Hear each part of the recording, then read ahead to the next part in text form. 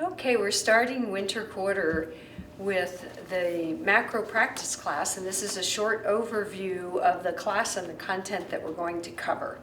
So your PowerPoint shows a slide with a definition of macro practice, which I'll read, the application of social work theories and practice skills to solve social problems and promote change at the community, organizational, society, and global levels.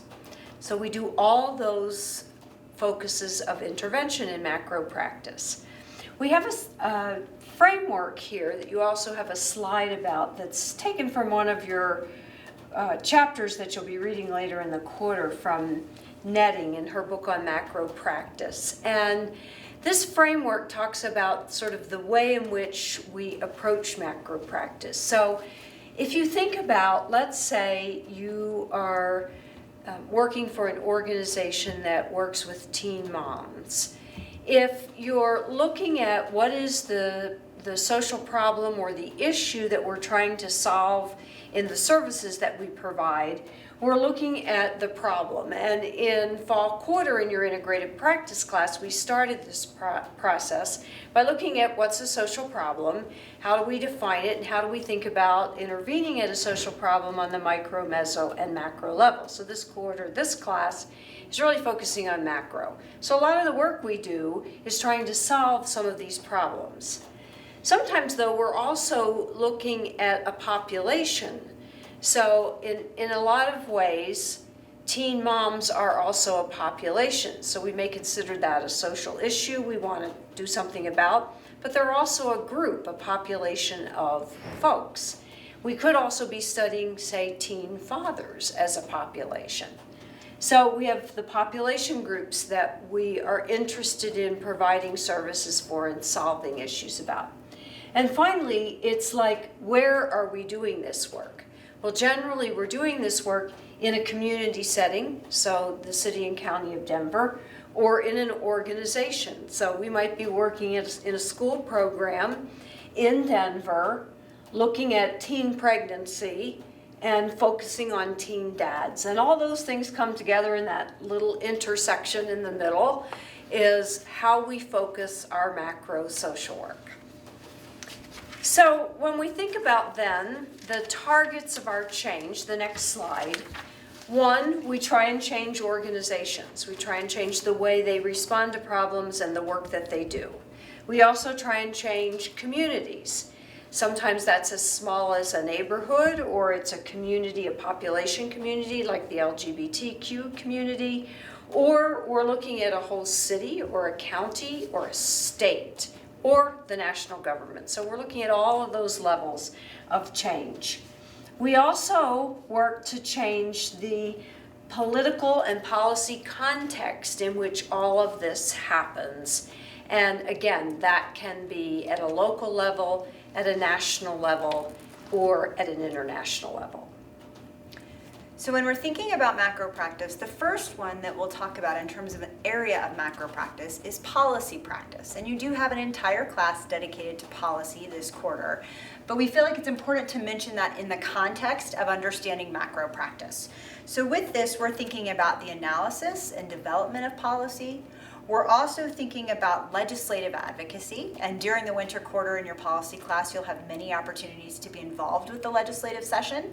They do meet from the middle part of January through the middle part of May.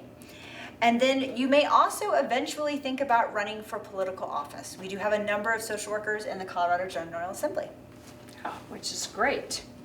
So the first area of macro practice that we'll be studying this quarter is work with organizations. You're all a part of organizations, you're in field agencies or a place of employment. You've been in organizations all your life, so you're familiar with this idea of organizations. But we're going to study them from the perspective of how do we best understand them, and what do we do as social workers in organizations besides being employees? Well, in macro practice, often we're taking leadership roles. You may be a supervisor or a team leader. You may be move higher up and be in administration and management at a higher level.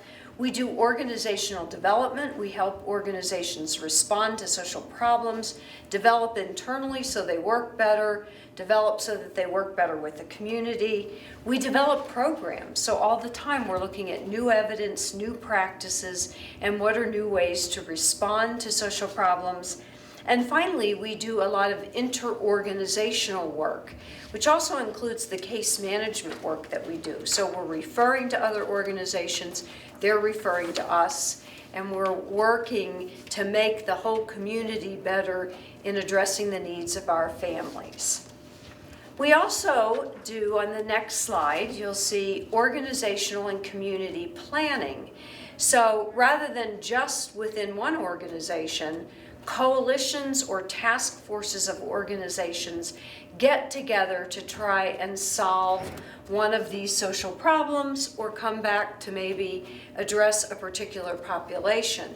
So if we were working with youth homelessness in Denver, for instance, we might be working with all the organizations in town that address that, trying to solve that at a city and county level. The Mayor's Task Force on Youth Homelessness is a good example of that, where we work to solve a problem together.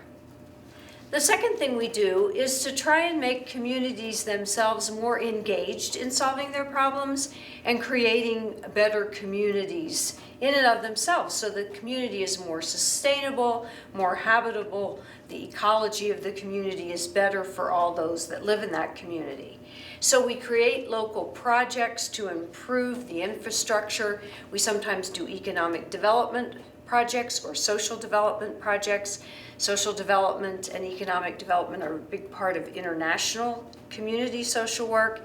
And we try sustainability projects like a community garden, for instance, or here in Denver, the light rail and the impact of the light rail on the ecology and the communities are something that social workers are a part of, trying to change for the betterment of the people, the residents in that community. And then finally, a thing that we do in our work is that we work to organize communities. We work to increase the power of people who don't have power. We call that social action. We also are a part of social movements. So interest groups get together and fight for their rights. One of those groups is Idle No More. It's a national group that works for the rights of Indigenous people. We also are part of social movements like the civil rights movement or the environmental movement, where we're trying to bring about change at a larger scale. And this really helps us to understand, as we talked about in your first quarter, the difference between case and cause advocacy. So with case advocacy, we're really thinking about that individual client system that we're working with, maybe an individual, maybe a family. And we're thinking about what social problems are impacting that system and how we make change for that particular individual or family system. When we're thinking about cause advocacy, which is really the focus of macro practice, we're really most interested in thinking about that experience of the social problem in the collective and how do we address it from a larger systemic perspective so we alleviate always having to address it for the individual or family. So the focus this quarter for the macro social work practice class is one, to get some understanding through theory of both organizations and communities and the roles that we play as social workers in those settings, to also understand how to do assessment. So we're going to spend more time on assessment than intervention, but how do you get good at analyzing the organization you're working in, the community that you're a part of, so that you can learn more about interventions at a later date. And we're also going to focus on your group and relationship skills in macro practice.